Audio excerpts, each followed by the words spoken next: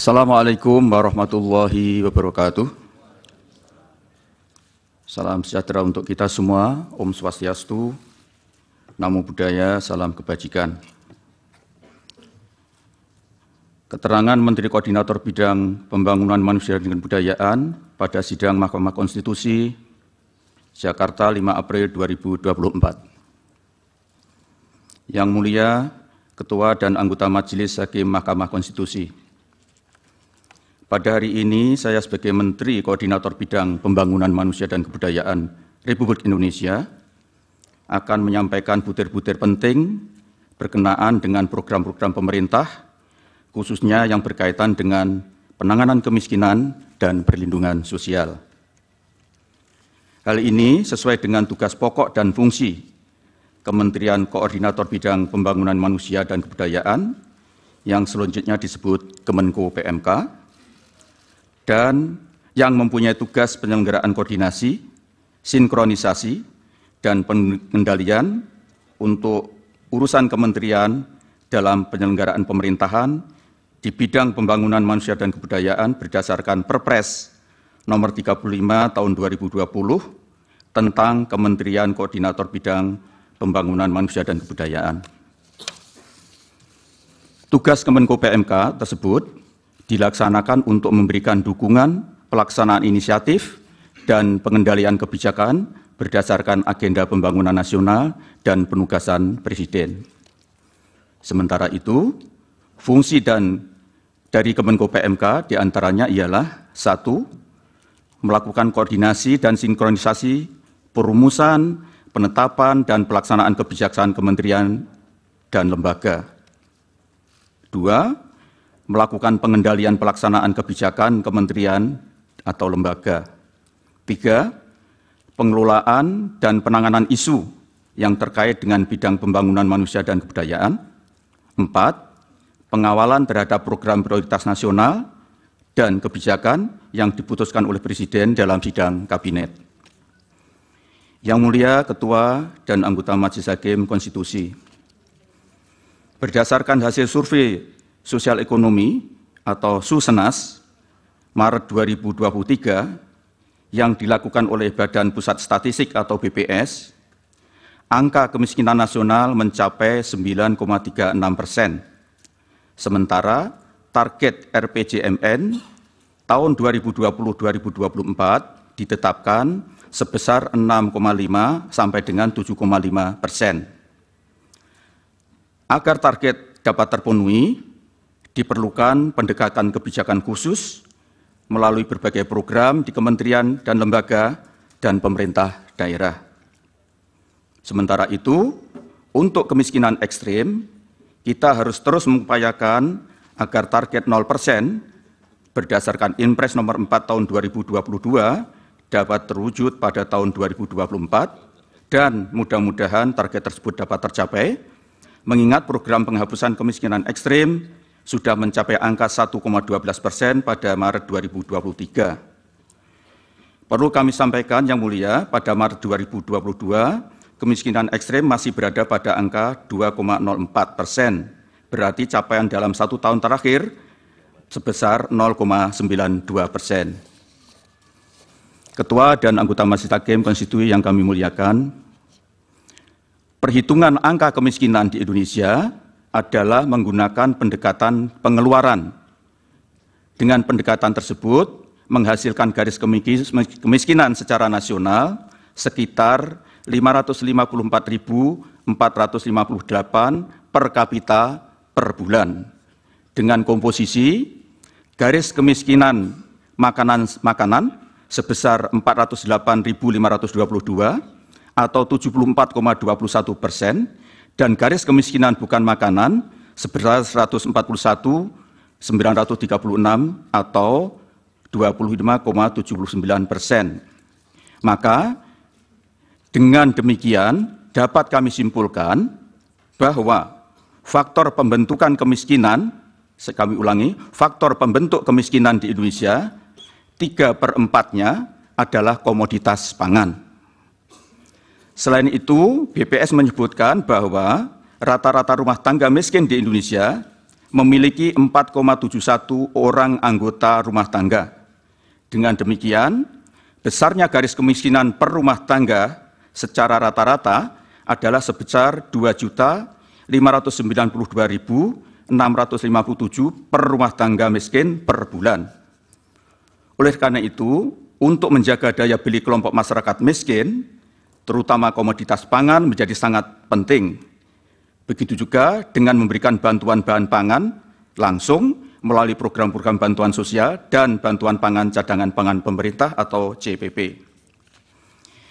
Yang Mulia Ketua dan Majelis Hakim Konstitusi, sesuai dengan Inpres nomor 4 tahun 2022 tentang percepatan penghapusan kemiskinan ekstrim, pada diktum ketiga angka 1 huruf B, menugaskan Menko PMK untuk menetapkan kebijakan sumber dan jenis data yang digunakan dalam implementasi program percepatan penghapusan kemiskinan ekstrim.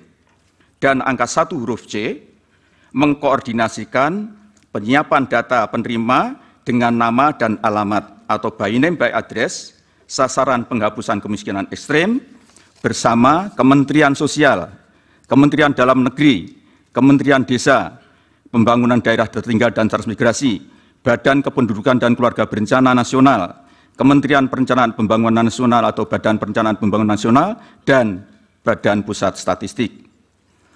Adapun upaya menurunkan kemiskinan menjadi 7,5% dan penghapusan kemiskinan ekstrim menjadi 0% pada tahun 2024 dilakukan melalui 3 strategi, yaitu mengurangi beban pengeluaran keluarga miskin, meningkatkan pendapatan keluarga miskin, dan mengurangi jumlah kantong-kantong kemiskinan.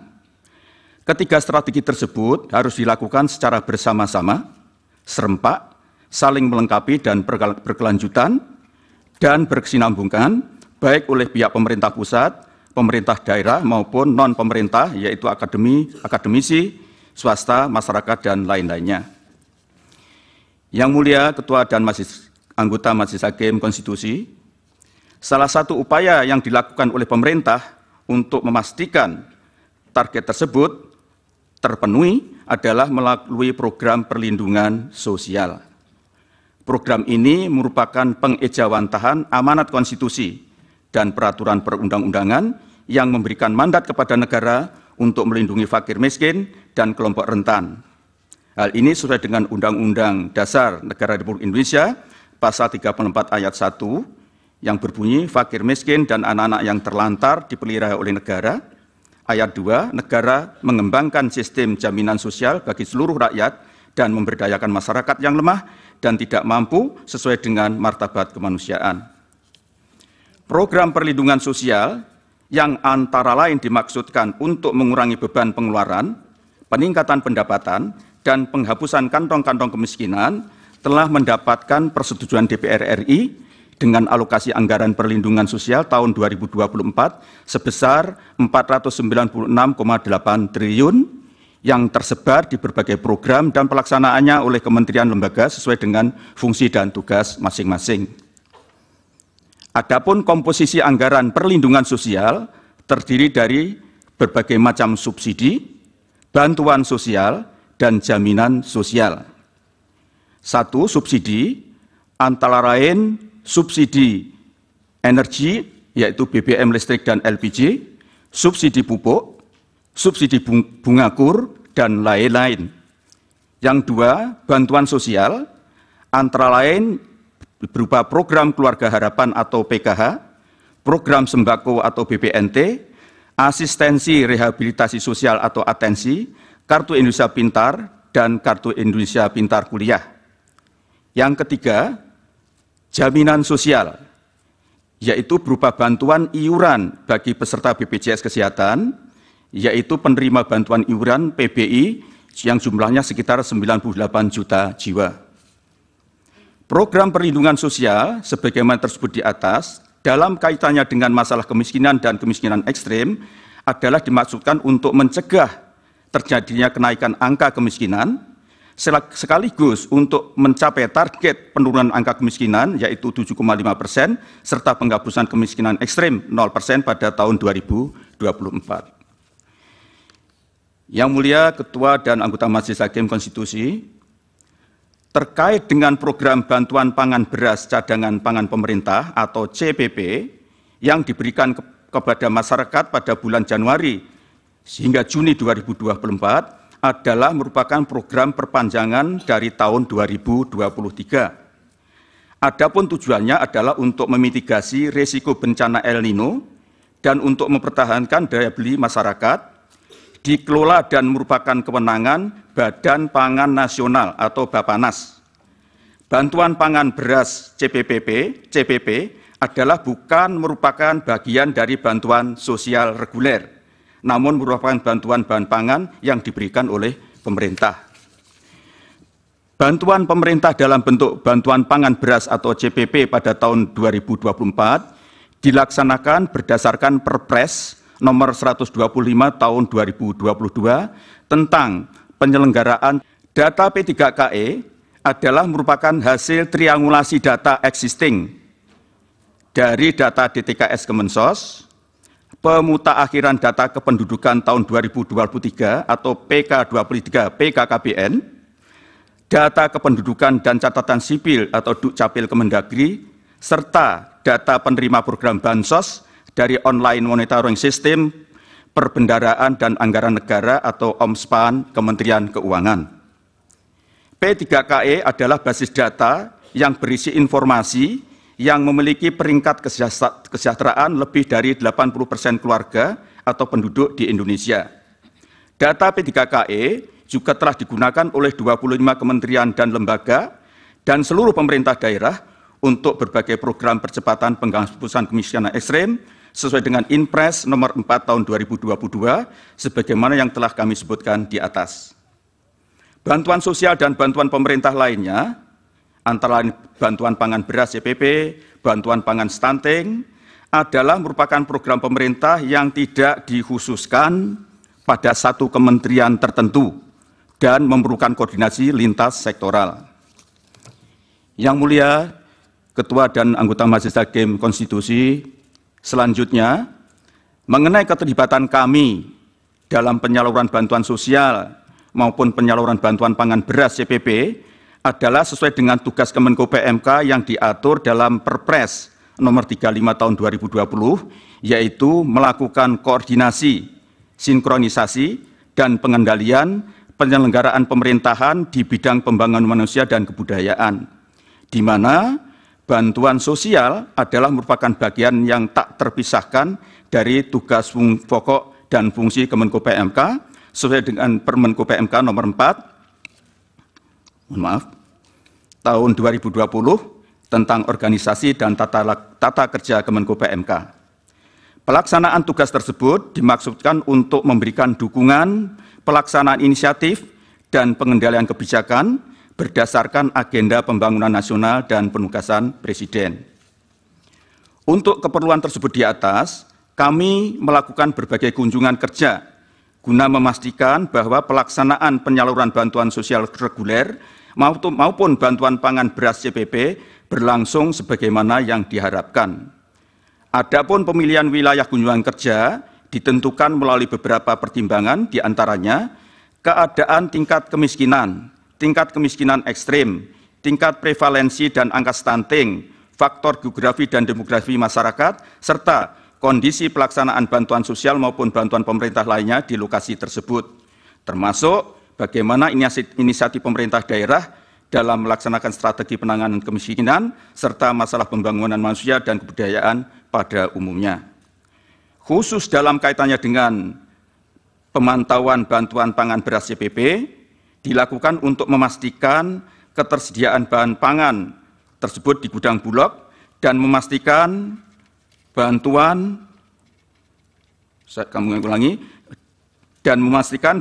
yang diterima oleh penerima manfaat secara langsung, di samping itu untuk memastikan bahwa distribusinya berjalan dengan baik, serta memperhatikan prinsip-prinsip tepat waktu, tepat sasaran, tepat jumlah, tepat kualitas, di samping untuk mendapatkan umpan balik atau feedback tentang bagaimana pemanfaat bantuan tersebut oleh keluarga penerima manfaat. Yang Mulia Ketua dan anggota Majelis Hakim Konstitusi, Kami memahami apabila tugas dan fungsi kami untuk mengkoordinasikan, mensinkronkan, dan mengendalikan pelaksanaan program di lapangan kemudian dikait-kaitkan dengan pesta demokrasi beberapa waktu yang lalu. Namun perlu kami tegaskan bahwa pelaksanaan program-program tersebut di atas sudah direncanakan sejak awal untuk mencegah terjadinya kenaikan angka kemiskinan dan sekaligus untuk menurunkannya, serta menghapus kemiskinan ekstrim sebagaimana yang telah kami paparkan di atas. Adapun penyerahan bantuan pangan beras CPP di Kabupaten Lamongan yang kami lakukan dirangkaikan dengan kunjungan ke wilayah perkampungan nelayan di Kecamatan Brondong yang sekaligus untuk melakukan KSP, koordinasi sinkronisasi dan pengendalian dalam penanganan kantong kemiskinan nelayan di wilayah tersebut, yaitu penanganan masalah sanitasi dan pengerukan muara Sungai Lamong bersama ini berkoordinasi dengan Kementerian PUPR, ketersediaan bahan bakar untuk nelayan dengan PT Pertamina, serta pengerukan dermaga Tambat Labuh, pembangunan PABS dengan Kementerian KKP, dan pembangunan mercusuar dengan Kementerian Perhubungan. Yang semua itu terkait erat dengan tugas koordinasi, sinkronisasi, dan pengendalian oleh Kemenko PMK. Adapun Kabupaten Berau adalah termasuk salah satu kabupaten yang relatif baik dalam upaya pengentasan kemiskinan ekstrim. Oleh karena itu, perlu untuk dilakukan kunjungan kerja guna memastikan program-program pemerintah pusat dan program pemerintah daerah saling bersinergi sehingga dapat menjadi contoh bagi daerah lainnya. Dalam kunjungan tersebut di atas, kami memanfaatkan sekaligus untuk menyerahkan bantuan pangan beras secara simbolik, serta melakukan dialog dengan pemerintah daerah, stakeholder, keluarga stunting, serta keluarga miskin ekstrim untuk mendapatkan umpan balik atau feedback. Yang mulia, Ketua dan anggota Majelis Hakim Konstitusi, semua yang kami lakukan adalah dalam rangka koordinasi, sinkronisasi, dan pengendalian atau KSP terhadap apa yang telah diputuskan dalam rapat-rapat yang kami selenggarakan, yang perlu kami koordinasikan, sinkronisasikan, dan kendalikan lebih lanjut di lapangan. Demikian yang dapat kami sampaikan. Semoga Yang Mulia Ketua dan anggota Majelis Hakim Konstitusi berkenan. Atas perhatian dan perkenan Ketua dan anggota Majelis Hakim Konstitusi yang kami muliakan, kami ucapkan terima kasih. Wassalamualaikum warahmatullahi wabarakatuh. Waalaikumsalam. Dilanjut Pak Menko Bidang Perekonomian.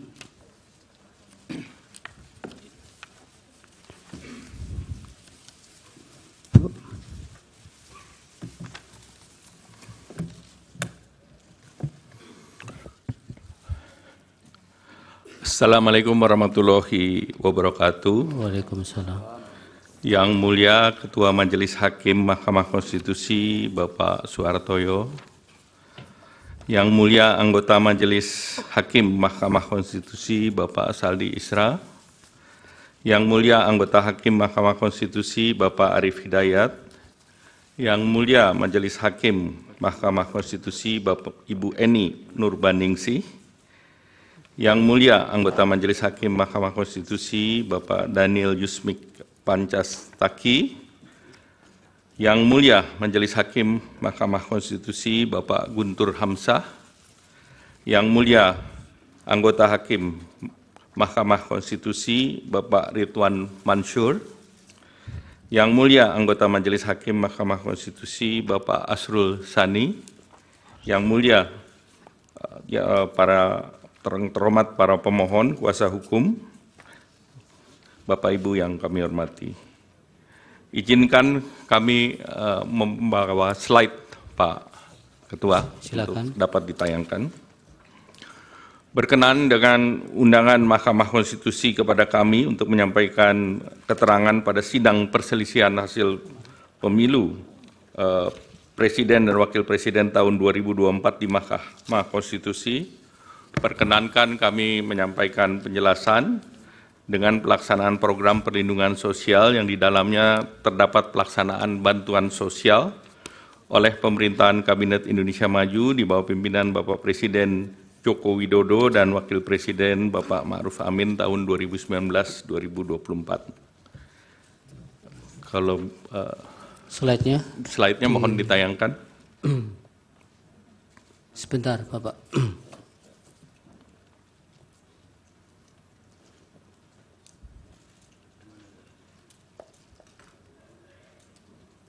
Silakan. Ya.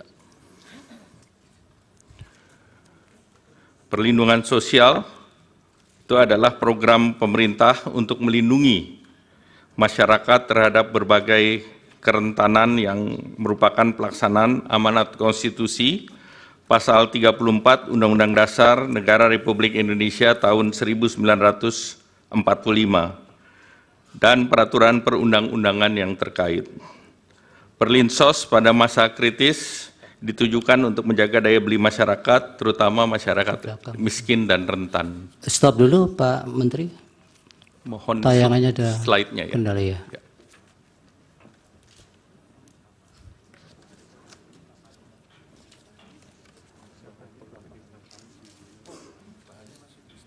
Iya, di sana.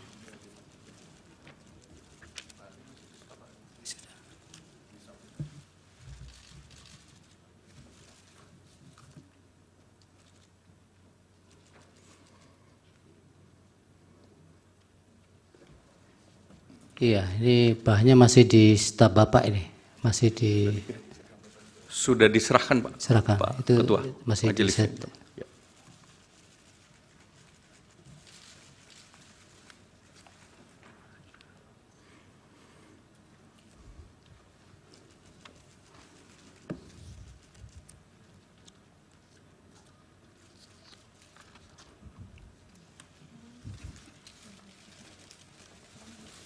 Sambil kita lanjut, Pak Silakan. Ketua Majelis yang kami hormati.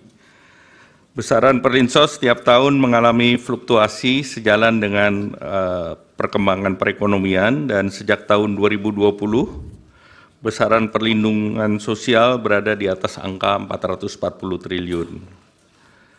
Anggaran perlinsos tahun 2023 dengan pagu sebesar 476 triliun itu telah terrealisasi sebesar 443,4 triliun.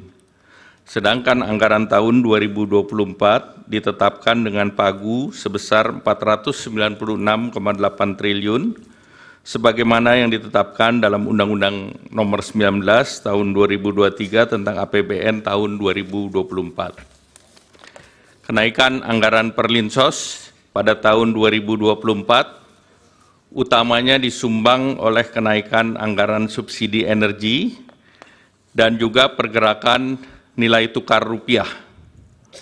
Realisasi harga Indonesia crude price di tahun 2023 sebesar 78,43 dolar per barrel, sedangkan asumsi harga ICP Indonesia tahun 2024 sebesar 82 dolar per barrel, dan nilai tukar rupiah juga mengalami kenaikan rata-rata 15.230 menjadi rata-rata 15.664 di tahun 2024. Kenaikan harga dan nilai tukar ini berimplikasi pada kenaikan subsidi energi di tahun 2024 bila dibandingkan dengan 2023.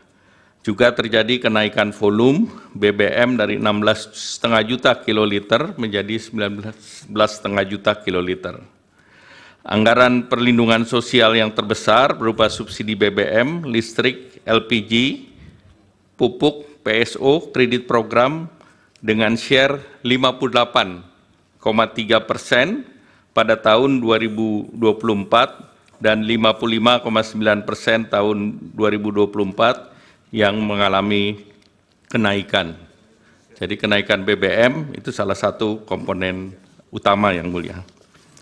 Sejak bulan Desember 2023, berbagai negara termasuk Indonesia mengalami dampak terjadinya El Niño, di mana beberapa tempat produksi pangan, terutama beras, mengalami gangguan, baik yang tidak bisa melakukan penanaman dan memundurkan jadwal, dan hal ini membuat pasukan pangan seperti beras mengalami gangguan yang tentunya sangat mengganggu kepada dan berdampak signifikan terhadap masyarakat miskin.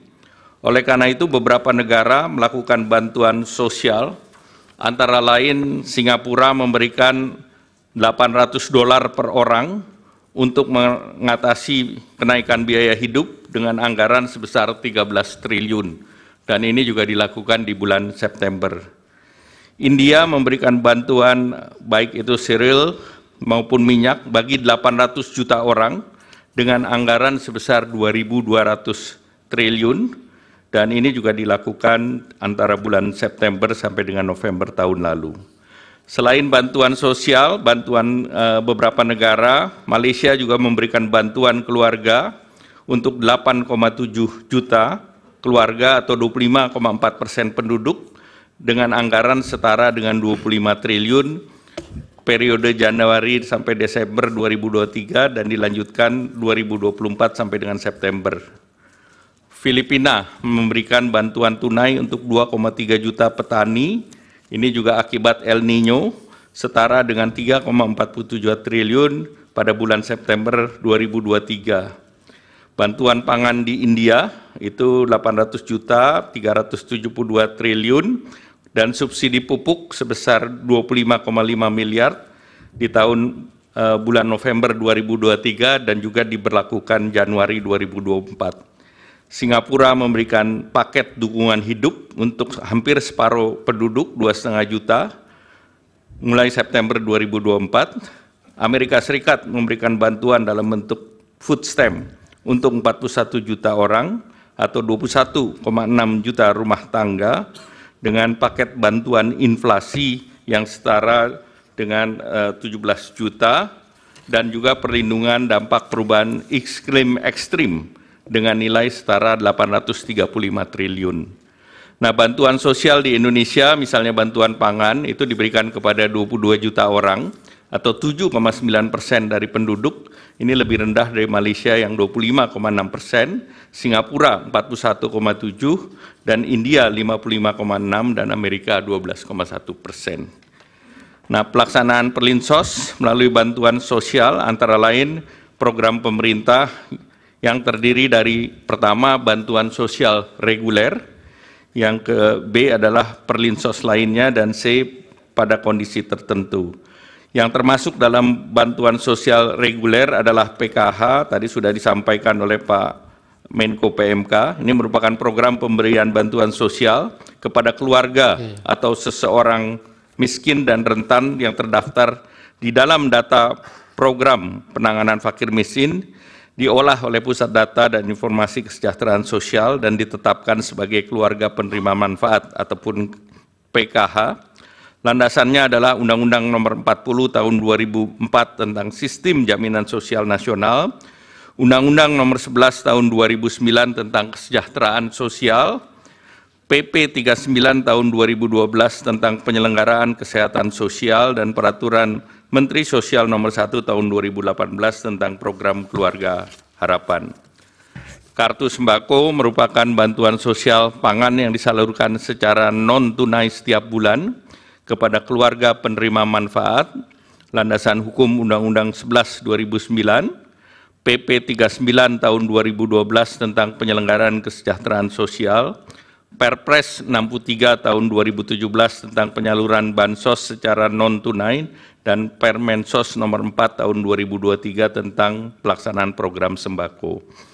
Program Indonesia Pintar merupakan bantuan berupa uang tunai, perluasan akses, kesempatan belajar dari pemerintah yang diberikan kepada peserta didik yang berasal dari keluarga miskin dan rentan miskin untuk membiayai pendidikan.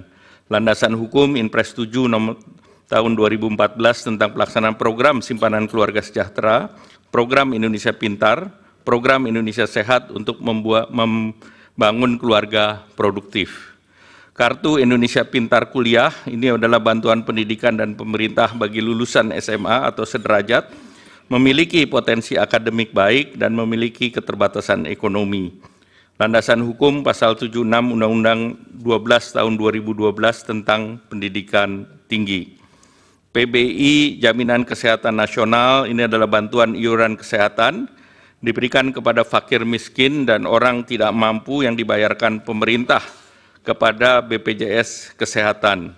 landasan hukum Undang-Undang 40 tahun 2004 tentang Sistem Jaminan Nasional dan Perpres 61 tahun 2020 tentang perubahan kedua atas Perpres 82 tentang jaminan kesehatan. Rincian program perlindungan sosial lainnya sebagai berikut. BLT Dana Desa, ini adalah bantuan kepada masyarakat desa yang bertujuan untuk menahan kenaikan tingkat kemiskinan dan menjaga tingkat konsumsi dan daya beli kelompok termiskin. Pemberian BLT dilakukan sekaligus untuk 4 bulan untuk efisiensi penyaluran.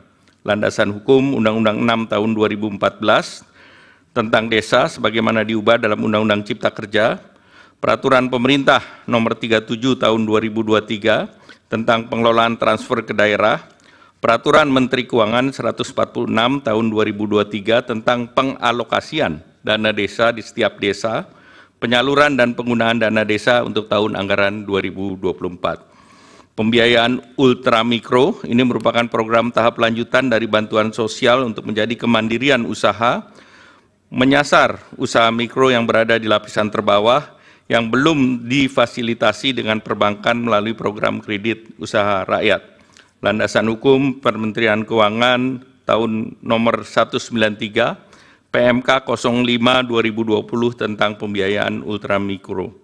Subsidi energi dan non-energi termasuk di dalamnya BBM, LPG 3 kilo, listrik, bunga kur, PSO lainnya. Dan ini adalah upaya pemerintah dalam rangka meningkatkan taraf hidup dan daya beli masyarakat secara umum.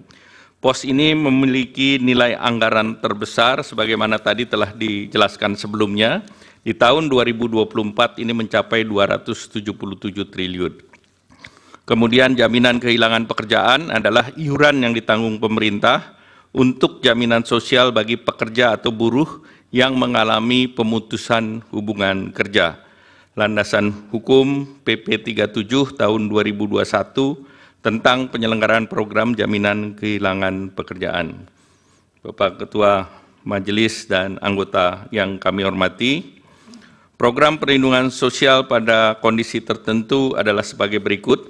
Di masa pandemi COVID, beberapa perlinsos antara lain bansos sembako PPKM, bantuan subsidi upah, sesuai dengan Permenaker nomor 14 tahun 2020 tentang pemberian bantuan pemerintah berupa subsidi gaji upah pekerja buruh dalam masa COVID-19, bantuan usaha pelaku mikro sesuai Permenkop UKM nomor 6 tahun 2020.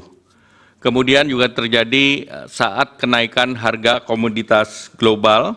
Pada saat harga minyak naik di tahun 2022, pemerintah mengambil keputusan untuk mengalihkan sebagian subsidi BBM menjadi BLT BBM dengan landasan hukum Peraturan Presiden Nomor 98 Tahun 2022 dan perubahan APBN tahun 2022, dan kebijakan ini sebagai kompensasi harga Pertalite yang naik dari 7.650 menjadi 10.000 pada tahun 2022 dan dibayarkan secara sekaligus untuk 4 bulan.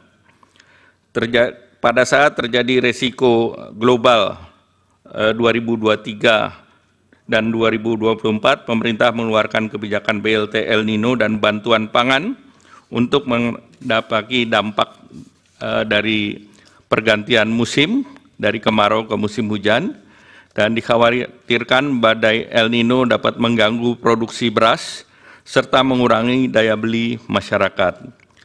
Dan tahun 2024 terdapat BLT mitigasi kenaikan harga pangan yang ditargetkan terrealisasi di semester 1 2024. Ini berdasarkan Undang-Undang Nomor 9 Tahun 2023 tentang APBN di pasal 20. Nah, untuk mengoptimalkan manfaat pada penerima bantuan sosial dan efisiensi biaya penyaluran, bantuan sosial biasanya dibagikan beberapa periode sekaligus atau dirapel dalam satu kali penyaluran. Sebagai contoh, bantuan sosial reguler seperti PKH disalurkan per 3 bulan, 1 tahun 4 kali penyaluran. Kartu sembako penyaluran per 2 bulan, 1 tahun 6 kali penyaluran.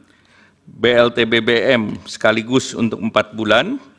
Seperti tadi kami sampaikan, Yang Mulia Ketua Majelis Hakim dan anggota Majelis Hakim, BMKG dan beberapa pusat iklim dunia memprediksi El Nino terus bertahan hingga periode Desember 2023 bahkan Januari-Februari 2024. Nah, ini berdampak kepada penurunan produksi beras. Kita lihat produksi beras sampai dengan mulai bulan Juli hingga Februari, produksi beras kita turun sebesar 5,88 juta ton. Pada saat yang bersamaan terjadi kenaikan harga beras dunia, di mana harga beras Thailand itu mencapai $624 per ton atau naik 28%. Beras Vietnam $614 per ton itu naiknya 41,95%. Kenaikan itu juga diikuti dengan larangan ekspor beras 6 negara. Di tahun 2023, India, Bangladesh, Rusia, UAE, Myanmar, dan Uganda melarang ekspor beras, dan juga 3 negara dilanjutkan di tahun 2024, India, Bangladesh, dan Rusia. El Nino berdampak juga terhadap peningkatan harga pangan, terutama beras. Kita lihat dari data bahwa volatile food terus meningkat di bulan Juli, hingga puncaknya Maret yang tercatat sebesar 10,33%. Beras menkontribusi kepada inflasi di bulan Maret saja 0,74%. Jadi pada periode El Nino tersebut produksi padi menurun, harga beras internasional meningkat, dan inflasi meningkat. Nah, itulah salah satu pertimbangan ada bansos terkait dengan El Nino dan juga bantuan pangan. Dari berbagai latar di atas, maka dibutuhkan bantuan sosial untuk menjaga daya beli masyarakat, dan ini adalah amanat konstitusi pasal 34 Undang-Undang Dasar 1945, di mana bansos untuk mengisi dan memitigasi peningkatan kemiskinan dan potensi perlambatan pertumbuhan ekonomi. Kita ketahui penduduk miskin sangat rentan terhadap kenaikan harga, khususnya terhadap kelompok makanan. Dari desil 1 sampai 4 atau 40% penduduk, 25%-nya adalah untuk membeli bahan makanan pokok ataupun beras. Secara nasional, komponen makanan terhadap garis kemiskinan adalah 74,21%. Hubungan konsumsi masyarakat terhadap pertumbuhan ekonomi sangat erat. Konsumsi rumah tangga kontribusinya terhadap PDB sebesar 53,83%. Sehingga apabila ada konsumsi rumah tangga melambat, maka pertumbuhan ekonomi pun akan terganggu. Untuk melindungi masyarakat miskin dan rentan akibat El Nino dan gangguan rantai pasok global, pemerintah telah menerapkan strategi untuk menjaga ketersediaan pasokan pangan dan daya beli masyarakat dengan program bantuan pangan dan bantuan langsung tunai. Untuk pelaksanaan bantuan pangan dilakukan oleh Badan Pangan Nasional sesuai dengan Undang-Undang Nomor 18 Tahun 2012 tentang Pangan dan Peraturan Presiden Nomor 66 Tahun 2021 tentang Badan Pangan Nasional. Pada tahun 2023, pemerintah meluncurkan bantuan pangan berupa 10 kilo beras menyasar kepada 21,3 juta KPM, penerima PKH atau sembako berdasarkan DTKS dengan realisasi anggaran sebesar 18,1 triliun, dan penyelenggaraan program ini adalah Bappenas. Setelah itu juga BLT El Nino dengan 200.000 per bulan dengan 18,8 juta KPM, dan ini realisasi 7,5 triliun yang diselenggarakan oleh Kementerian Sosial. Untuk di tahun 2024, pemerintah melaksanakan program bantuan pangan berupa beras 10 kg menyasar 22 juta KTM dengan data P3KE seperti tadi disampaikan oleh Pak Menko PMK dengan alokasi anggaran 17,4 triliun. Selain itu juga BLT mitigasi risiko pangan, KPM-nya adalah 18,8 dan bantuannya sebesar 200.000 per bulan. Sebagai penutup, Yang Mulia, Pak Ketua Majelis Mahkamah Konstitusi dan anggota Majelis Mahkamah Konstitusi, kami ingin menegaskan beberapa hal. Yang pertama, program perlindungan sosial adalah upaya pemerintah untuk mendukung masyarakat menghadapi berbagai tekanan, mempertahankan kehidupan dan penghidupan. Oleh karena itu, program perlindungan sosial terus berjalan dan dilaksanakan secara reguler. Untuk menghadapi berbagai kerentanan, tekanan ekonomi, pemerintah memberikan perlindungan sosial untuk menjaga daya beli masyarakat yang terdampak, terutama masyarakat miskin dan rentan. Oleh karena itu, pemerintah mencermati bahwa tahun 2023-2024, resiko daripada El Nino yang menyebabkan kenaikan harga pangan ini dapat mengganggu penghidupan masyarakat yang miskin maupun rentan. Bahwa penetapan pelaksanaan program perlindungan sosial dilakukan secara transparan, akuntabel, dengan mekanisme APBN yang pembahasannya telah dilakukan bersama DPR RI dan melibatkan berbagai pihak terkait lainnya. Demikian keterangan ini atas perkenan dan perhatian Yang Mulia Ketua Hakim Majelis Mahkamah Konstitusi dan anggota Yang Mulia Hakim Mahkamah Konstitusi, kami mengucapkan terima kasih. Wassalamualaikum warahmatullahi wabarakatuh. Waalaikumsalam. Terima kasih Pak Menko Perekonomian.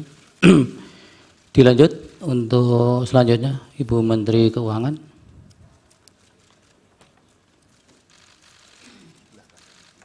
Bisa sebelah kanan Ibu.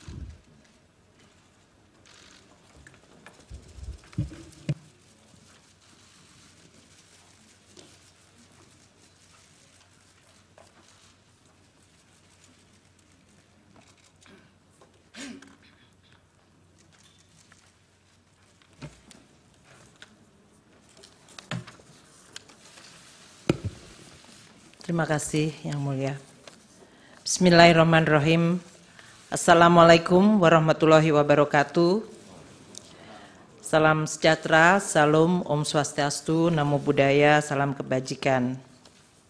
Yang Mulia Ketua Bapak Suhartoyo, Yang Mulia Saldi Isra, Yang Mulia Bapak Arif Hidayat, Yang Mulia Ibu Eni Nurbaningsih, Yang Mulia Bapak Daniel Yusmikpo, Yang Mulia Bapak Arsul Sani, Yang Mulia Bapak Guntur Hamzah, dan Yang Mulia Bapak Ridwan Mansur, Majelis Hakim Mahkamah Konstitusi yang kami hormati. Bapak Menko Bidang Pembangunan Manusia dan Kebudayaan, Bapak Menko Perekonomian, Bapak Ibu Menteri Sosial, Ketua Dewan Kehormatan Penyelenggara Pemilu, pimpinan, anggota, kuasa hukum KPU dan Bawaslu, serta para kuasa hukum dari paslon peserta Pilpres.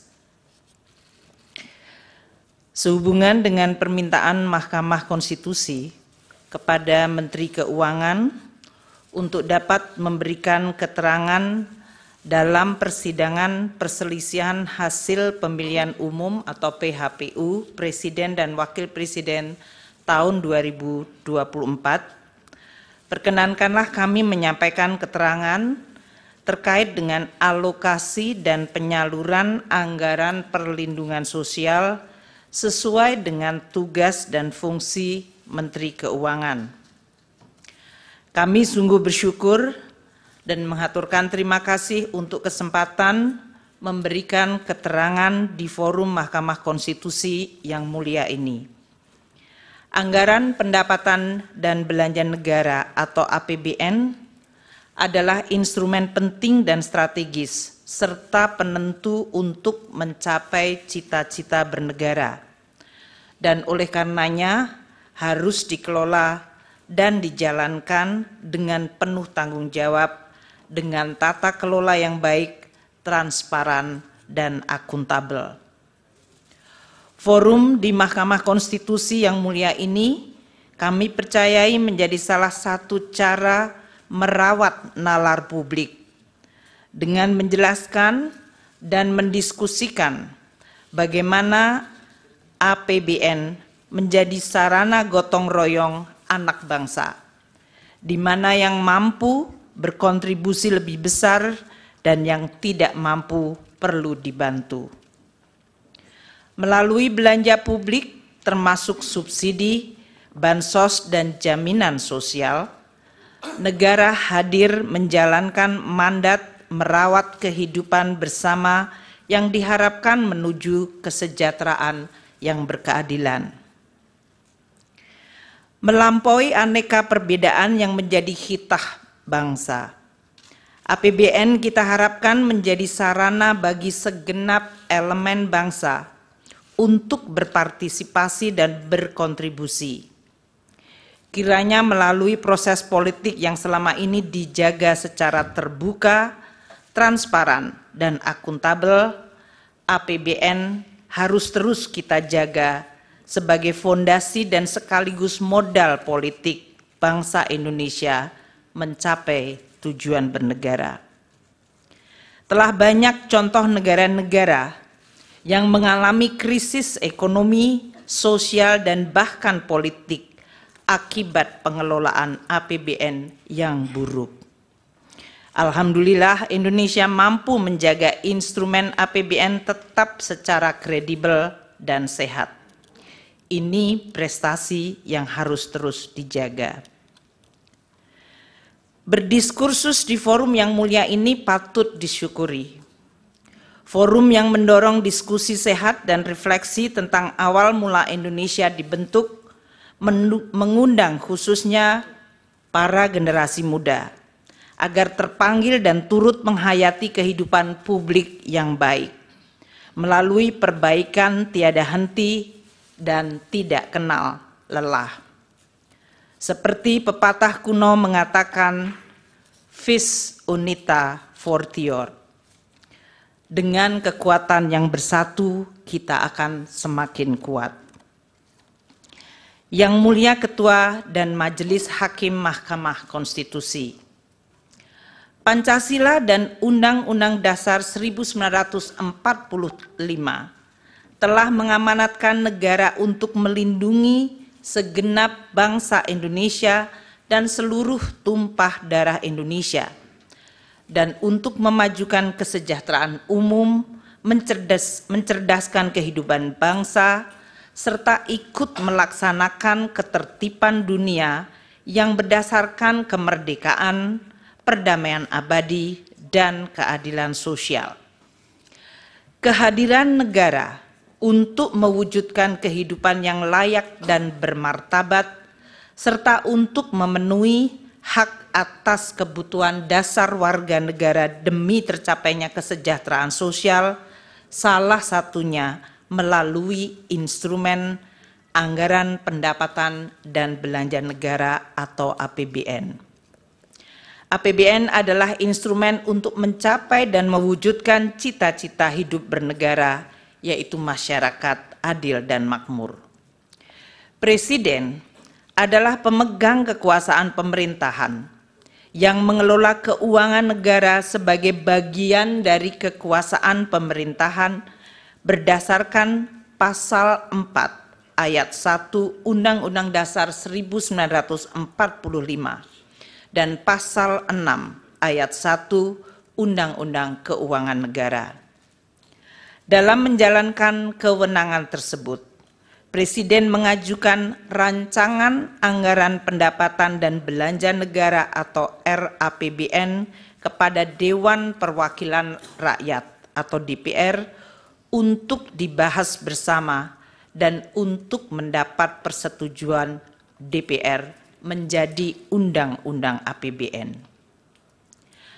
APBN merupakan wujud pengelolaan keuangan negara yang ditetapkan setiap tahun dengan undang-undang dan dilaksanakan secara terbuka dan bertanggung jawab untuk sebesar-besarnya kemakmuran rakyat. APBN terdiri atas anggaran pendapatan, anggaran belanja, dan pembiayaan. Adapun rincian atas APBN ditetapkan melalui peraturan Presiden yang digunakan sebagai pedoman di dalam pelaksanaan APBN. APBN menjalankan fungsi alokasi, yaitu menciptakan perekonomian yang efisien dengan melakukan koreksi atas kegagalan mekanisme pasar atau market failure, dan menyediakan barang publik seperti infrastruktur keamanan termasuk peradilan. APBN juga menjalankan fungsi distribusi untuk menciptakan pemerataan pendapatan antar kelompok rumah tangga dan antar daerah. Selain itu, APBN juga menjalankan fungsi stabilisasi untuk menjaga perekonomian dari guncangan akibat ketidakpastian ekonomi global, pengelolaan inflasi, stabilitas harga, dan sebagai shock absorber melindungi daya beli masyarakat, terutama yang berpendapatan rendah. Anggaran belanja dirinci menurut organisasi, fungsi, jenis, dan program belanja. Belanja berdasarkan fungsi terdiri dari 11 fungsi, dari mulai fungsi pertahanan, ketertiban, keamanan, kesehatan, pendidikan, perlindungan lingkungan hidup, perumahan, hingga fungsi ekonomi dan fungsi perlindungan sosial. Anggaran perlindungan sosial terdapat pada berbagai kementerian lembaga, di Bendahara Umum Negara atau BUN, dan di pemerintahan daerah, Pemda, termasuk desa melalui transfer ke daerah atau TKD.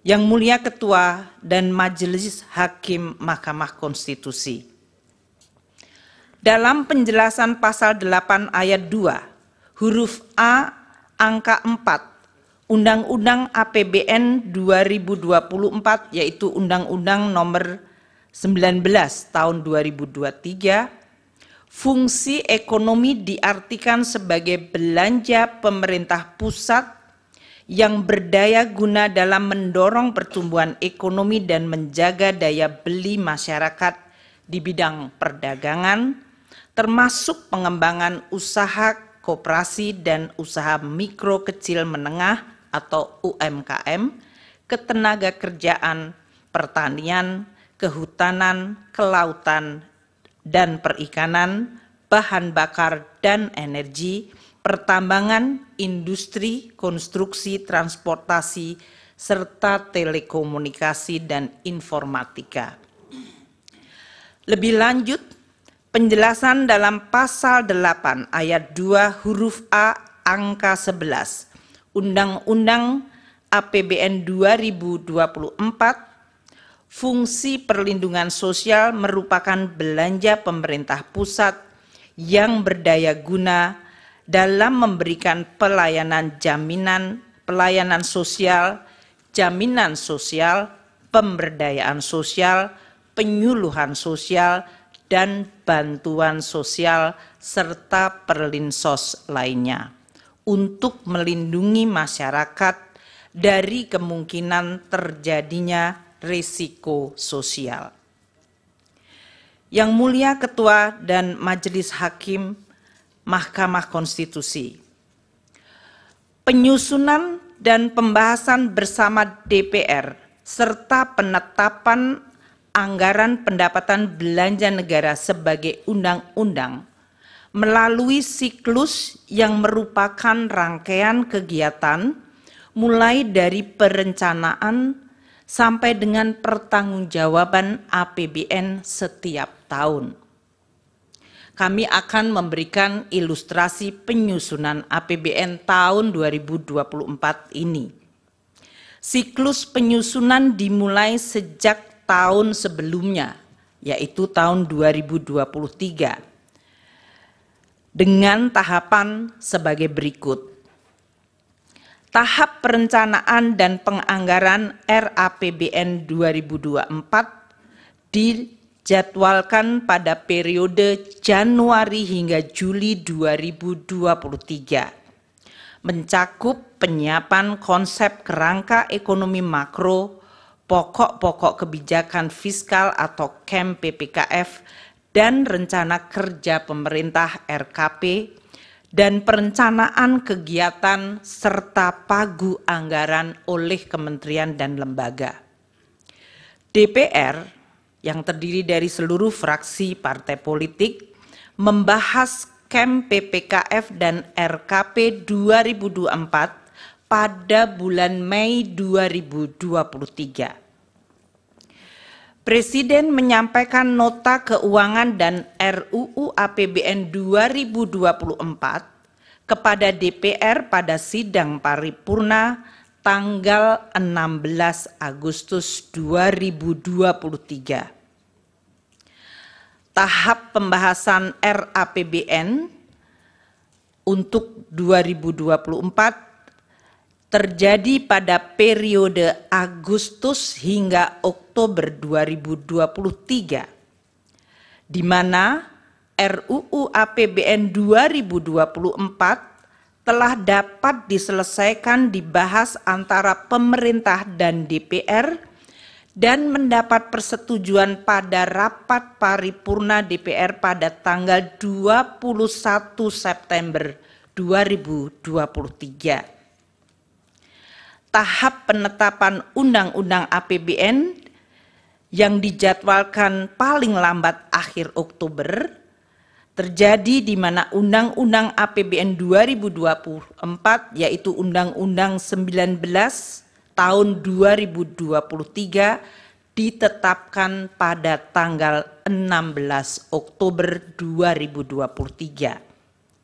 Selanjutnya, Peraturan Presiden Rincian APBN yang dijadwalkan November-Desember telah selesai ditetapkan pada tanggal 28 November.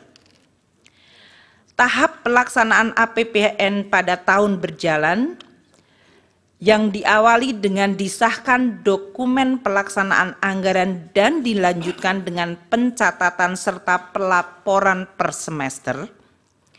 Tahap pemeriksaan dan pertanggungjawaban Undang-Undang APBN 2024 dijadwalkan pada tahun 2025 atau T+1, di mana BPK akan melakukan pemeriksaan terhadap LKPP yang disusun pemerintah untuk selanjutnya dibahas dan disetujui DPR menjadi Undang-Undang Pertanggungjawaban Pelaksanaan APBN. Kami menjelaskan ini untuk kemudian disandingkan proses lini masa penyusunan APBN tahun anggaran 2024 yang telah selesai pada tanggal 21 September 2023 dan diundangkan tanggal 16 Oktober 2023. Apabila lini masa penyusunan APBN 2024 disandingkan dengan proses tahapan pemilihan Presiden dan Wakil Presiden tahun 2024 yang dilakukan oleh KPU, waktu penetapan Undang-Undang APBN 2024 telah selesai bahkan sebelum waktu penetapan pasangan calon presiden dan wakil presiden pada tanggal 13 November 2023 atau bahkan penetapan Undang-Undang APBN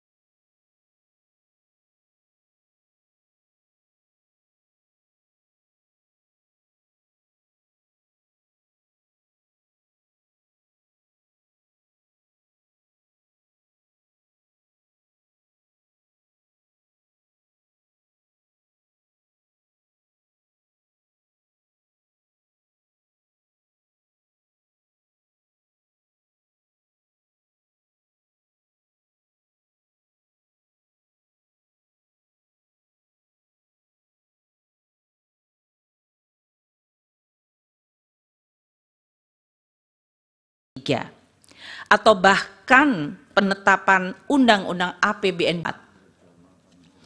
Yang Mulia Ketua dan Majelis Hakim Mahkamah Konstitusi, APBN adalah instrumen penting untuk menjaga masyarakat, negara, dan perekonomian agar mampu menghadapi berbagai dinamika perekonomian global, nasional, dan juga menjawab tantangan zaman untuk mendukung berbagai agenda pembangunan secara optimal.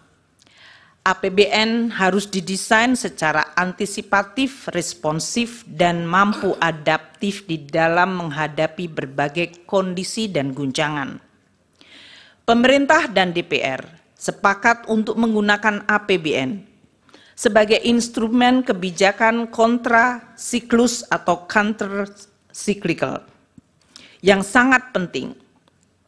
Misalnya pada saat terjadi guncangan hebat dan dahsyat akibat pandemi COVID-19, APBN telah berperan luar biasa secara efektif melakukan penanganan COVID-19 serta dampaknya melalui Program Pemulihan Ekonomi Nasional atau PCPEN. APBN juga bekerja sangat keras untuk menjaga momentum pemulihan ekonomi khususnya dalam penanganan dampak lanjutan atau scarring effect yang timbul akibat dari pandemi 19.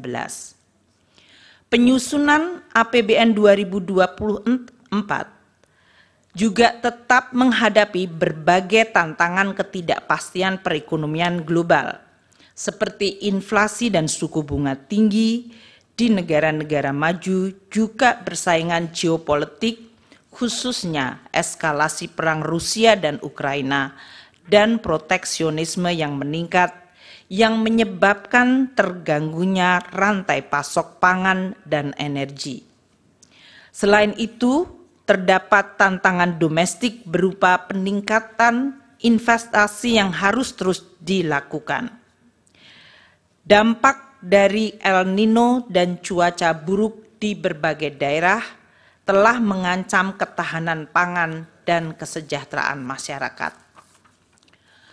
Dengan mempertimbangkan berbagai kondisi di atas, pemerintah bersama DPR sepakat bahwa APBN 2024 harus optimis namun tetap waspada terhadap dinamika yang terjadi. Tema kebijakan fiskal tahun 2024 diarahkan untuk mempercepat transformasi ekonomi yang inklusif dan berkelanjutan. Yang Mulia Ketua dan Majelis Hakim Mahkamah Konstitusi, izinkan kami sekarang membahas khusus mengenai Perlinsos. Dengan tema APBN 2024, kebijakan APBN 2024 dalam jangka pendek difokuskan untuk melakukan pengendalian inflasi dalam bentuk stabilitas harga, penghapusan kemiskinan ekstrim, penurunan prevalensi stunting, dan peningkatan investasi. Untuk melaksanakan tema dan arah kebijakan fiskal tersebut, APBN 2024 dirancang sebagai shock absorber untuk melindungi daya beli rakyat dan menjaga stabilitas ekonomi antara lain melalui program perlindungan sosial. Postur APBN 2024 dengan total belanja mencapai 3.325,1 triliun. Di dalamnya terdapat belanja untuk perlindungan sosial sebesar 496,8 triliun rupiah yang berfungsi untuk stabilisasi dan mendukung penghapusan kemiskinan termasuk kemiskinan ekstrim dan stunting. Yang Mulia Ketua dan Majelis Hakim Mahkamah Konstitusi, alokasi anggaran Perlinsos yang sebesar 496,8 triliun dapat dilihat di dalam gambar ini dilaksanakan oleh berbagai kementerian lembaga dan berasal dari badan anggaran atau bagian anggaran KL maupun bagian anggaran bendahara umum negara serta transfer. 75,6 triliun rupiah anggaran Kemensos disalurkan melalui program bantuan sosial atau Bansos, yaitu program Keluarga Harapan PKH, Kartu Sembako, dan program Bansos lainnya. 80,5 triliun untuk perlindungan sosial dikelola oleh beberapa kementerian lembaga seperti Kemendikbud dan Kemenak melalui program PIP, KIP, dan beasiswa afirmasi. Kementerian Kesehatan melalui program Kartu Indonesia Sehat, Kementerian Tenaga Kerja untuk iuran jaminan kehilangan pekerjaan, dan BNPB untuk dana siap pakai bencana. Sementara 340,7 triliun bagian terbesar adalah perlinsos dalam bentuk subsidi energi, yaitu BBM, LPG, dan listrik, subsidi non-energi seperti pupuk, PSO, kredit usaha rakyat, bunga kredit perumahan, dan antisipasi penanggulangan bencana.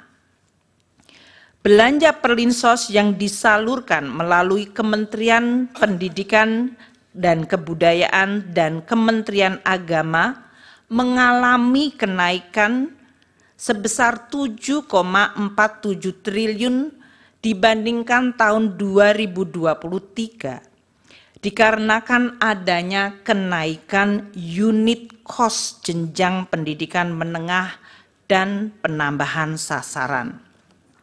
Sementara belanja bansos selain PKH dan kartu sembako yang disalurkan oleh Kementerian Sosial mengalami kenaikan 1,23 triliun rupiah dikarenakan adanya kenaikan alokasi untuk bantuan makan lansia, bantuan untuk penyandang disabilitas, dan bantuan yatim piatu. Belanja subsidi yang disalurkan melalui bendahara umum negara atau non-KL mengalami kenaikan dengan adanya kenaikan alokasi subsidi pupuk dan subsidi bunga KUR. Dengan demikian dapat ditunjukkan bahwa anggaran perlindungan sosial untuk APBN 2024 di dalam rangka pengendalian inflasi, stabilitas harga, penghapusan kemiskinan sesuai target prioritas nasional. Di dalam APBN 2024 tidak terdapat perubahan yang signifikan pada anggaran bansos yang dikelola oleh Kementerian Sosial.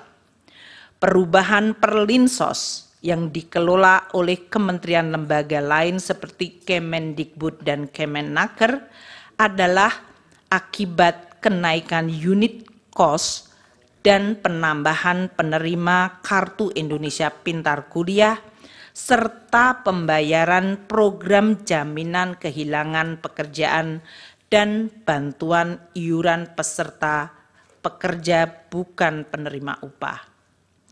Dengan demikian tidak ada perubahan khusus pada tahun 2024 di dalam anggaran bansos maupun perlinsos kecuali perubahan yang telah disampaikan. Yang Mulia Ketua dan Majelis Hakim Mahkamah Konstitusi, izinkan kami menjelaskan realisasi penggunaan anggaran perlinsos sampai dengan Februari 2024 yang dalam hal ini dianggap sesuai dengan lini masa pemilu Capres dan Cawapres serta pemilihan legislasi pada Februari.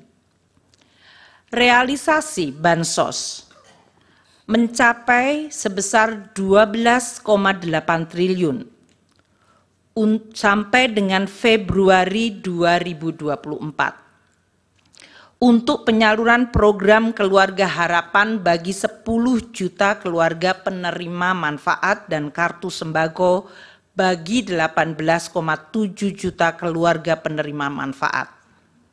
Realisasi subsidi dan belanja lainnya mencapai 15,3 triliun rupiah dan realisasi perlinsos lainnya 9,8 triliun.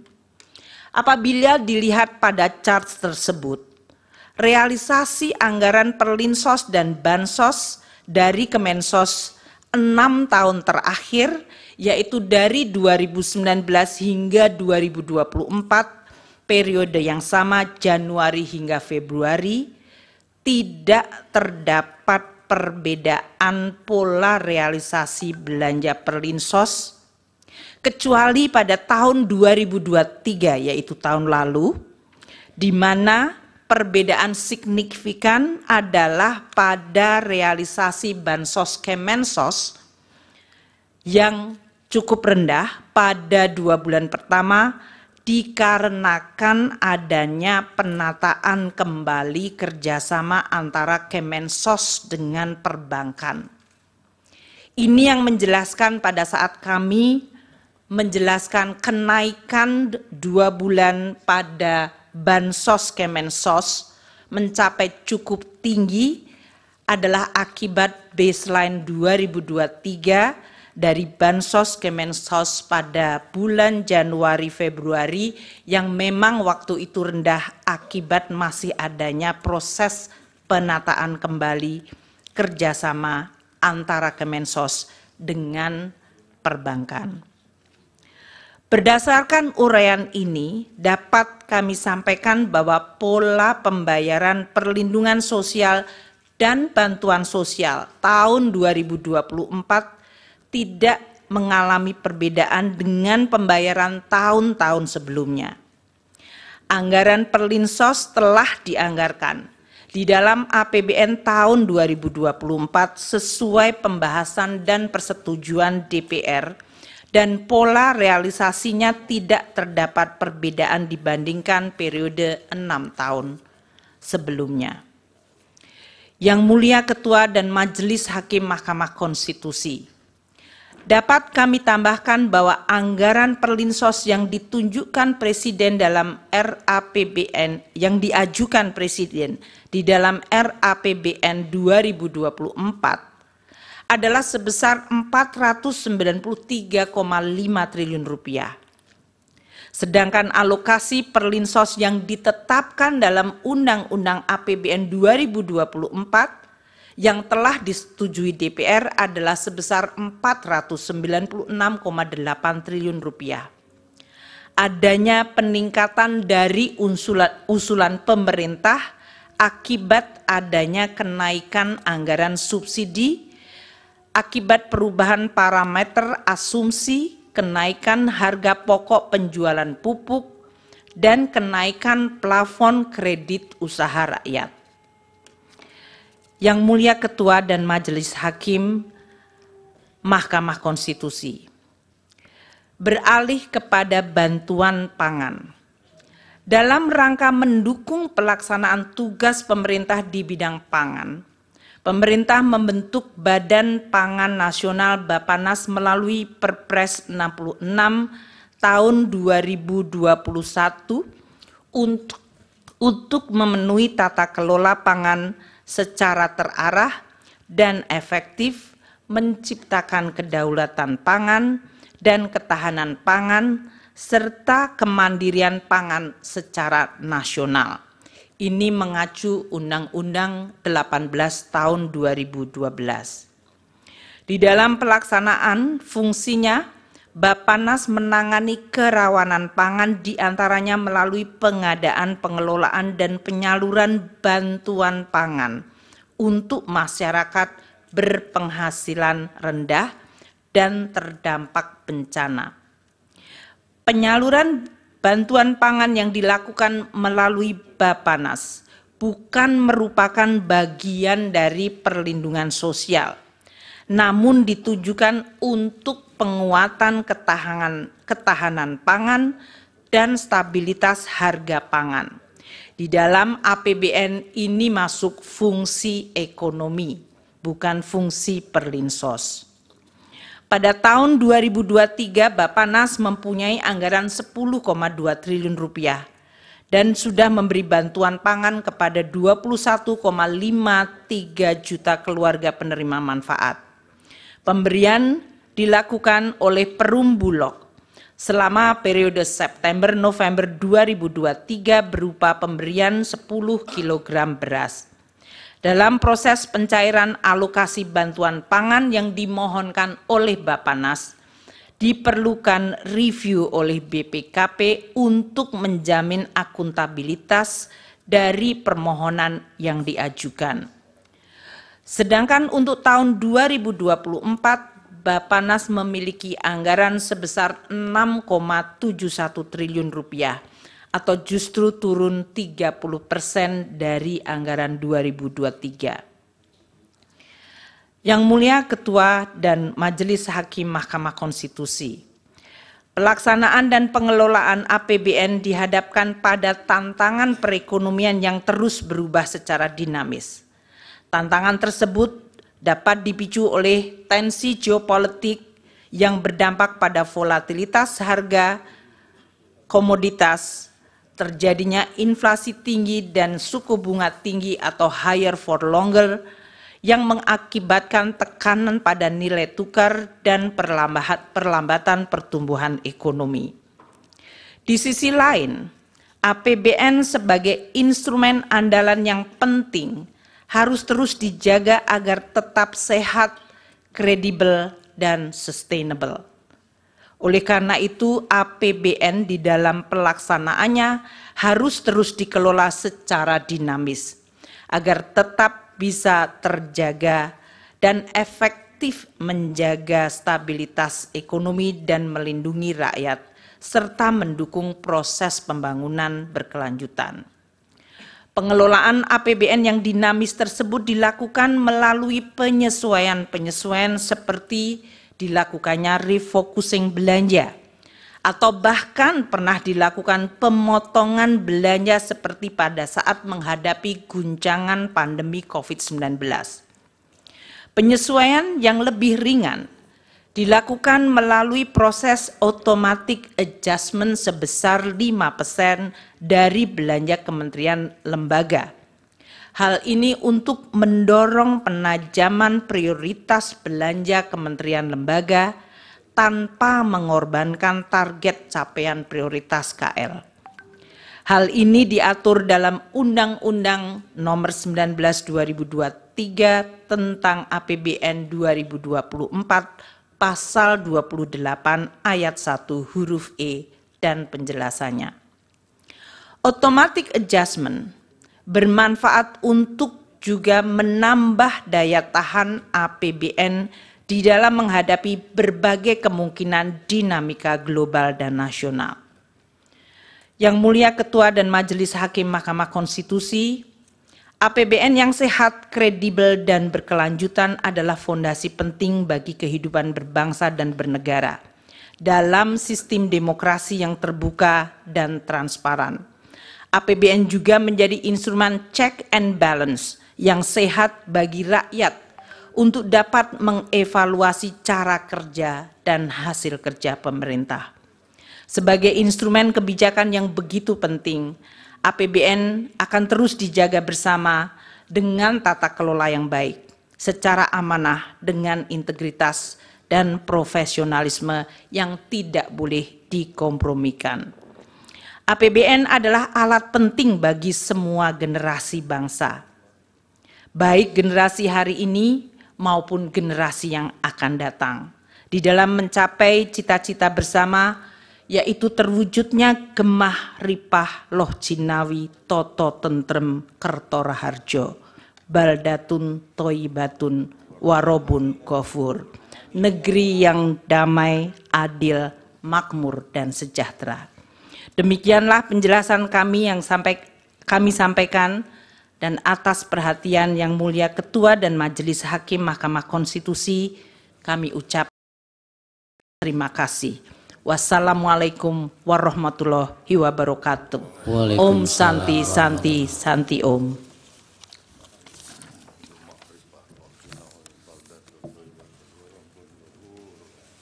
Baik, terima kasih Ibu Menteri Keuangan.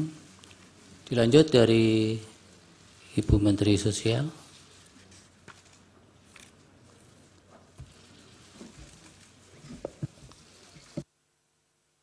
Bismillahirrahmanirrahim. Assalamualaikum warahmatullahi wabarakatuh. Selamat pagi, salam sejahtera bagi kita semua. Shalom, Om Swastiastu, Namo Buddhaya, salam kebajikan, Rahayu. Yang mulia Ketua Bapak Soehartoyo, yang mulia Bapak Saldi Isra, yang mulia Bapak Arif Hidayat, yang mulia Ibu Eni Nurbaningsih, yang mulia Bapak Daniel Yusmik Peko, dan yang mulia Bapak Guntur Hamzah, yang mulia Bapak Ridwan Mansur, dan Bapak Ibu sekalian, Bapak Menko PMK dan Menko Perekonomian, Ibu Menteri Keuangan, tadi sudah dijelaskan banyak tentang kebijakan anggaran. Kami langsung menjelaskan tentang program-program yang kami lakukan di Kementerian Sosial. Yang mulia para hakim, kami ingin menyampaikan bahwa tahun anggaran Mahkamah tahun anggaran 2023 anggaran Kementerian Sosial sebesar 87 triliun 275 miliar 374.140.000 rupiah. Anggaran tersebut dilaksanakan melalui program perlindungan sosial sebesar 86 triliun 100 miliar 271.705.000 atau 98,65%. Ini adalah bagian dari program yang tadi dijelaskan oleh Bapak-Bapak sebelumnya dan Bapak Ibu sebelumnya sebesar 496 triliun dari perlindungan sosial. Kemudian program dukungan manajemen sebesar 1 triliun 175 miliar 102.435.000 rupiah atau 1,35%. Dengan penjelasan bahwa anggaran berbelanja, belanja pegawai 438 miliar 438,17 miliar atau 0,50%. Belanja barang 3 triliun 353 triliun 3,84%. Belanja modal 167 miliar 167,22 miliar atau 0,19%. Belanja bantuan sosial 83 triliun 316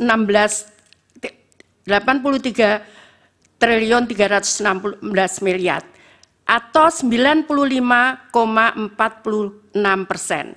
Ini berbeda kalau kami sampaikan di perlindungan sosial kenapa 86 triliun 100 miliar itu yang belanja bansos itu adalah belanja bansos reguler untuk tahun 2023 meliputi PKH dan bantuan pangan non tunai serta bantuan BLT El Nino di 2023.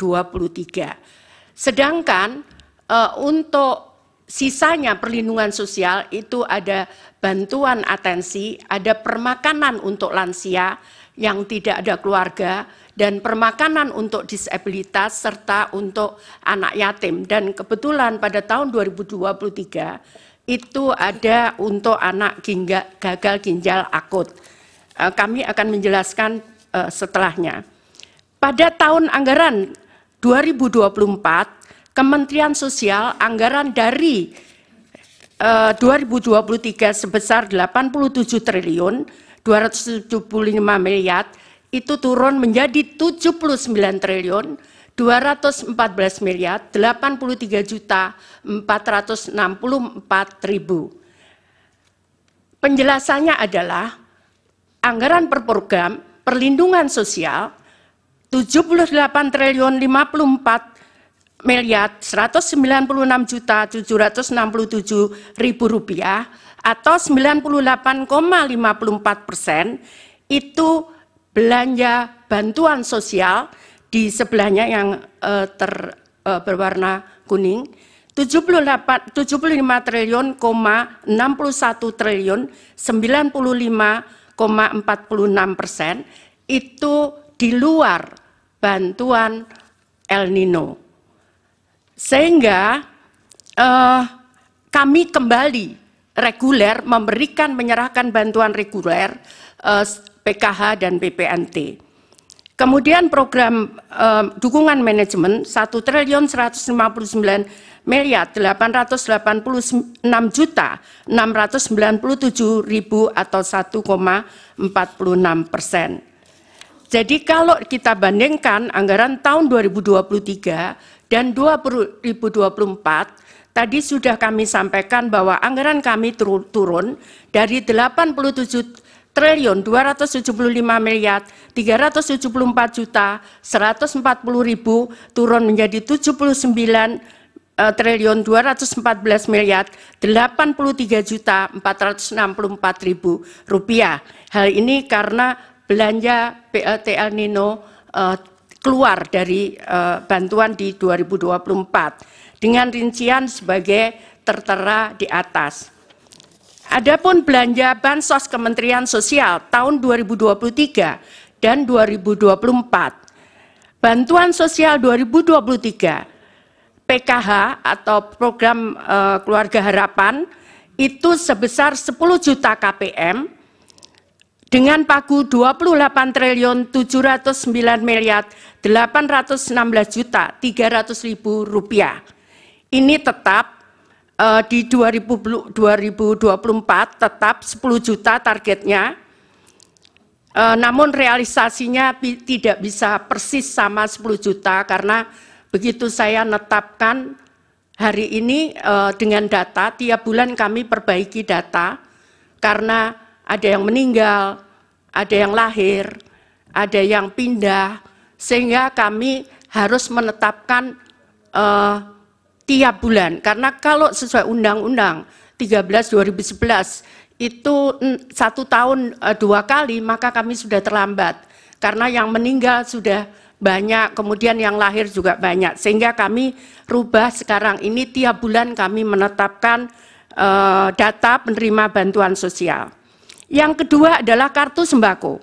Targetnya adalah 18,8 juta KPM dengan dana 45 triliun 120 miliar rupiah.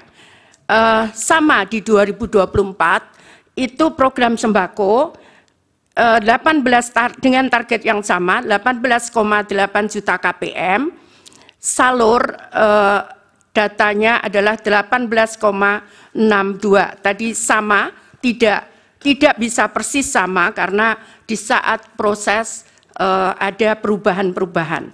Nah, kemudian tahun 2023 ada BLT El Nino dan ini sudah disetujui oleh DPR melalui rapat kesimpulan rapat kerja di Komisi 8 DPR RI dengan Menteri Sosial masa persidangan 2 tahun sidang 2023-2024 Selasa 7 November 2023. Dan ini harus selesai pada bulan Desember karena anggaran tahun 2023 dan saat turun adalah di bulan November. Kemudian bantuan sosial lainnya adalah bantuan untuk gagal ginjal akut untuk 326 orang dengan nilai total 17.520.000.000. Kemudian atipikal atau GGPA itu terdiri dari ini program permakanan untuk lansia 100.000 orang sebesar 552 miliar rupiah. Kemudian permakanan untuk disabilitas ini polanya adalah diserahkan kepada kelompok masyarakat, bisa RW tergantung wilayahnya. Kalau jumlah penduduknya sedikit, bisa di kelurahan, dikelola oleh masyarakat, mereka yang memasakkan, dan setiap hari mereka menyerahkan kepada penerima manfaat. Kemudian untuk rehabilitasi sosial, jadi atensi untuk anak yatim piatu sebesar 378.755 orang atau 454.506 juta. Kemudian atensi untuk lansia, ini terutama untuk menolong lansia-lansia yang tiba-tiba sakit, tidak ada yang merawat, maka kami tangani dengan program ini. Kemudian atensi untuk anak, demikian pula untuk anak, ada kadang harus menutup biaya sekolah, kadang juga menutup kebutuhan gizi dan sebagainya. Kemudian atensi untuk penyandang disabilitas, ini bantuan kursi roda dan sebagainya. Kemudian atensi untuk korban bencana, jadi kami memberikan bantuan korban bencana untuk meninggal sebesar 15 juta. Kemudian atensi untuk kelompok rentan dan alat bantu aksesibilitas untuk penyandang disabilitas, serta untuk atensi korban penyalahgunaan nafsa dan ODIF sebesar 10.000 orang dengan nilai 1.706.250.000. Kemudian pemberdayaan komunitas adat terpencil itu yang berada di terdepan perbatasan negara, kemudian terpencil di tengah hutan sebesar 2.847 KK atau setara dengan 50.860 juta rupiah. Kemudian rumah sederhana terpadu atau perbaikan perumahan untuk 7.500 KPM ini di 2023. Untuk 2024 target volumenya hampir sama, hanya tidak ada untuk El Nino, tidak ada gagal ginjal akut. Namun ini ada beberapa, tadi sudah saya sampaikan, ini baru beberapa 6 bulan, jadi untuk permakanan sudah saya sampaikan ke Bu Menkyu. Jadi total anggaran adalah di 2024 75.616 miliar, sedangkan realisasi 25.340 miliar rupiah atau 33,61%. Jadi Bapak yang mulia perlu kami sampaikan bahwa kami memberikan itu memang tidak boleh terlambat, karena kalau orang miskin itu dia bisa survive, kadang 1 bulan mereka tidak bisa memakan sampai 1 bulan, makanya kadang kartunya ada yang digadekan untuk menyambung sisa hidup mereka. Sehingga kami sangat disiplin, tidak boleh terlambat untuk menyalurkan. Kemudian kalau kami bisa jelaskan, bansos sembako dan PKH. Ini adalah, jadi untuk PKH murni, jadi yang murni nerima hanya 1 bantuan PKH, karena boleh diaturannya mereka boleh menerima 2. Ini terutama yang kondisinya berat, di situ ada disabilitas di dalam keluarga itu, ada kemudian atau mereka anak yatim, itu mereka bisa menerima 2 bantuan. Nah, untuk PKH murni itu ada 2.553.000 penerima manfaat atau KPM. Kemudian ada irisan yang tadi kami jelaskan, ada 2, dia menerima PKH dan mereka menerima sembako itu 7.426.249 KPM. Kemudian yang sembako murni mereka menerima 11 juta, jadi hanya menerima sembako saja. 11.373.751 KPM dengan targetnya 18 juta. Jadi karena kena irisan sehingga hanya 11 ditambah 7 juta ini.